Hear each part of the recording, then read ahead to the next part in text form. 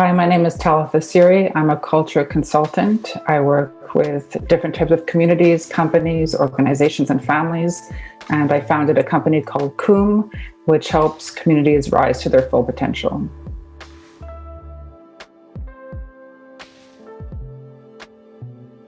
So my main area of expertise is I'm a culture consultant and a coach. So basically, I work with communities, I work with businesses, different organizations, as well as families, helping them create more constructive cultures. I do workshops, I do speeches and consulting. And so basically, when I do consulting, I go into a company and we assess the current culture. So through using surveys, leading tools, interviews, focus groups, we create a profile for the company's current culture, and then we define what we want the ideal culture to be. So what's the real purpose and vision for the company, and based on that, create a culture profile. And then after that, we create a plan, so a roadmap, the key strategies that have to be achieved to reach that ideal culture, the timeline, and then we implement. So I'm there with the companies throughout implementation to help with ongoing support. And typically we set up even a culture change committee. So I'm there throughout the process to really ensure that they can make the change that they're looking for. So that's really my main area of expertise.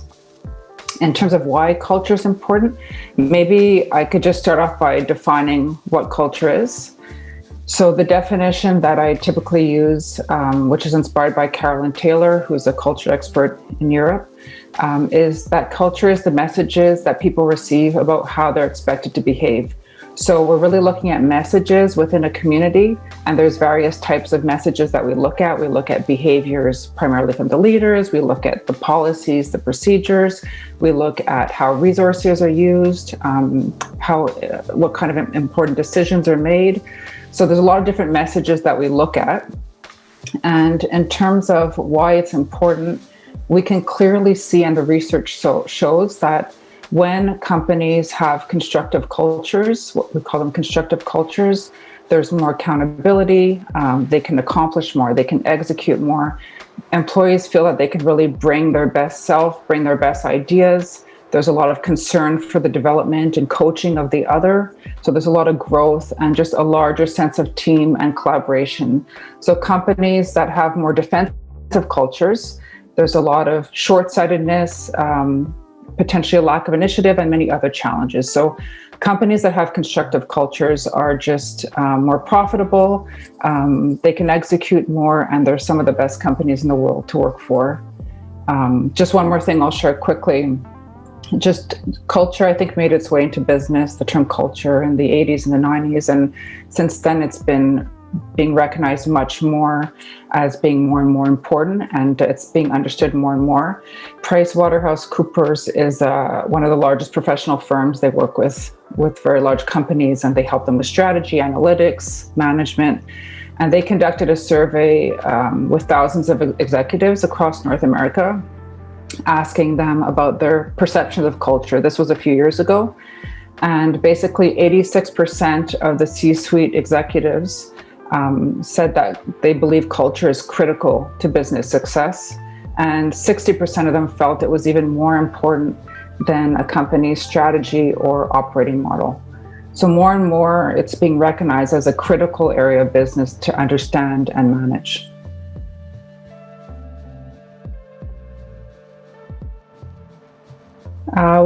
My career was based in marketing and product development, and I still actually serve as a VP of product development for a company.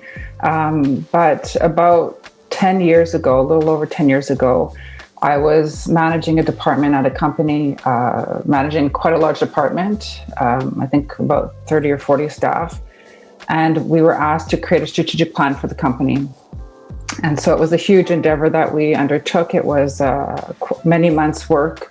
And basically, we came up with what we felt was a really, innovative plan to take the company to the next level.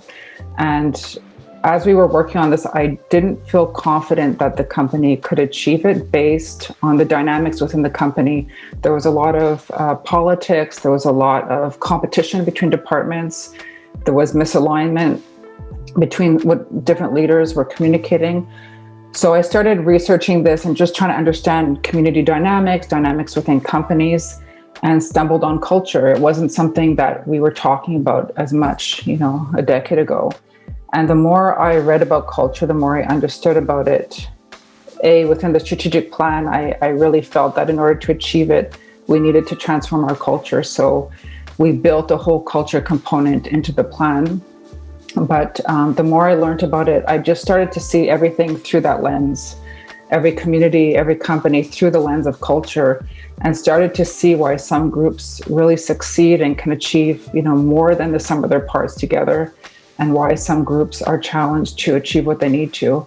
So I became certified in culture work and started working with different communities. That's kind of how I entered into culture.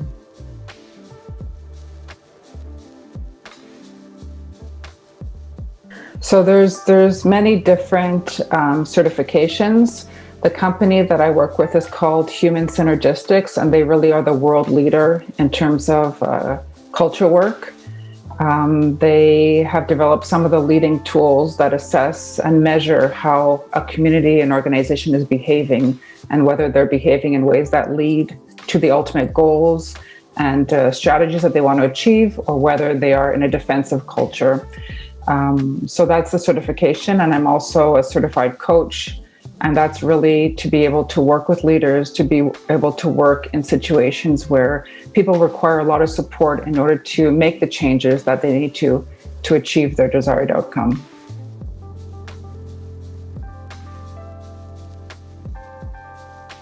I think there's a lot of challenges ahead of us. I mean, we've already seen with COVID how quickly a situation can change and how much we have to adapt, just in terms of changes in technology, in terms of global warming, regulations that are changing. I think more and more culture is going to become an area that is really seen as a core responsibility of leadership. The Chartered Institute of Internal Auditors in the UK, who work with the banking industry, they basically came out with a recommendation that the board of directors should define what is the culture required for success for that organization, and that it become a key responsibility of CEOs to design that culture, and that they should be measured on it, and there should be compulsory checks, as they design the culture. So more and more, I think this will become a real area that is mandatory, that leaders manage it, understand it, and design the culture needed. Also, if we look at millennials and Gen Z, upcoming generations, millennials already heavily in the workforce, they are values-based.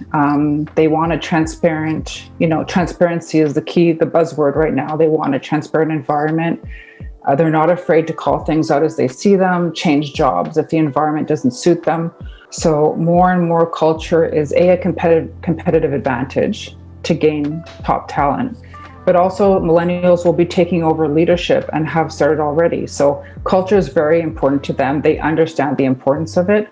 And I believe they will take it on even more as a core responsibility, and more tools will be developed to manage culture, more platforms. It's just going to become better understood.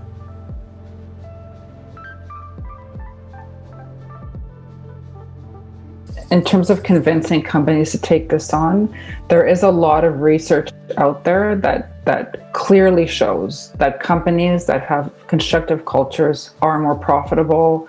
There's more engagement, there's less turnover, there's higher quality. The research is there. So that's very clear. So a lot of it is presenting the research. And also in terms of getting buy-in, it's very common often companies will choose to get a culture assessment. And often after that, they really want to take it on because they see firsthand the challenges within their culture, and it's on paper. It's very clear. There's a culture profile that measures, all the behaviors, and you can really see what's happening in the community. So it's often after that culture assessment that leadership that really want to achieve something more and they know their company can be more, it's at that point that I see a lot of, the real choice to take this on, the commitment.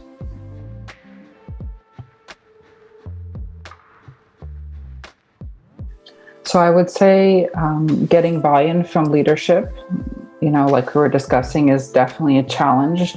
ensuring, getting the leadership team on board, getting them to be champions of this change, and for them to really see the benefit and the value in it. Typically, another challenge is education. There's a lot of misperceptions around culture. Culture is often seen as something very soft, difficult to manage, difficult to understand. So a challenge is educating people and really helping them understand, because what I find is once people understand culture, the rewards of a constructive culture, and that there are really rigorous tools available to map out culture, there tends to be much more buy-in and excitement to take on culture work. Another challenge is just that change is hard. So, all of us, as people, we have our beliefs, we have our misperceptions, the way that we've always done things, the way we view things. So to change culture, we often have to change ourselves as well, and the way we approach things.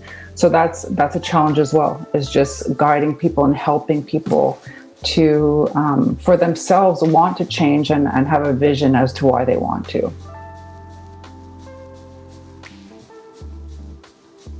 I think the story that comes to mind, and it's a little bit kind of on a different road, but it's actually in some of my work with families. So there was a family that I was doing a culture assessment on, and they were kind of the model family, like beautiful home, beautiful children, really successful, really kind people, just the perfect family. And I did a culture assessment on them. So I profiled their culture and presented it to them. That was, one of the first steps in terms of looking at where they were as a family. And as I was going through the results with the mom, she started tearing up, and I asked her, what's going on? And she didn't really want to talk about it. And I followed up, a few minutes later. I said, what's coming up for you? And she said, this is not where I want to be. This is not the vision that I had for us as a family. And that look in her eye, I think what inspires me so much about this work, because whether you're a parent or you own a company or you're, a leader, there's that moment in working with leaders where they see the current culture and they see the current challenges. And it's just they realize that it's not whatever they were looking to achieve, because we all have the best intention, it somehow got away from them.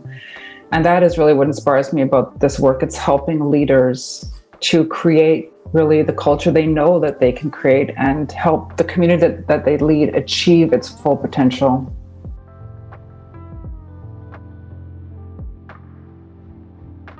Culture consulting for families versus companies. Companies, it's a little bit more of a rigorous process, because there's targets, there's profit, there's bottom line. It's a little bit more regimented in the way I approach it, but the process is quite similar. And the common link is that you're working with leaders of a community who have a vision for the culture they want to create. And at the end of the day, culture, a lot of it comes down to behaviors. How is this community behaving? Are we behaving in a way that leads us to our ultimate purpose and we can achieve together? We each can bring our best. We can collaborate. We can, serve each other and help each other grow, coaching, mentoring each other. So you see that in families. There's keys to success, and they're the same whether it's in families or in companies. So there's a lot of parallels, and that's why I wanted to bring culture work to families as well. I would say the main difference is just working with companies is a bit more rigorous in terms of the strategy, ensuring that we're hitting the right goals and that the plan is really mapped out in a very detailed way.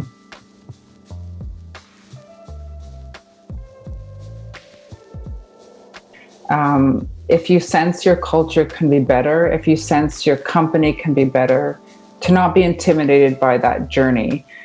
Although it might seem, difficult to get a handle on, it's an area of business culture that's might seem misunderstood or not as much developed as it actually is. There are amazing tools out there and a process to really improve your culture. So deciding that you will invest in your culture and know your culture and own your culture and develop your skills to manage it could be the most rewarding journey of your professional career.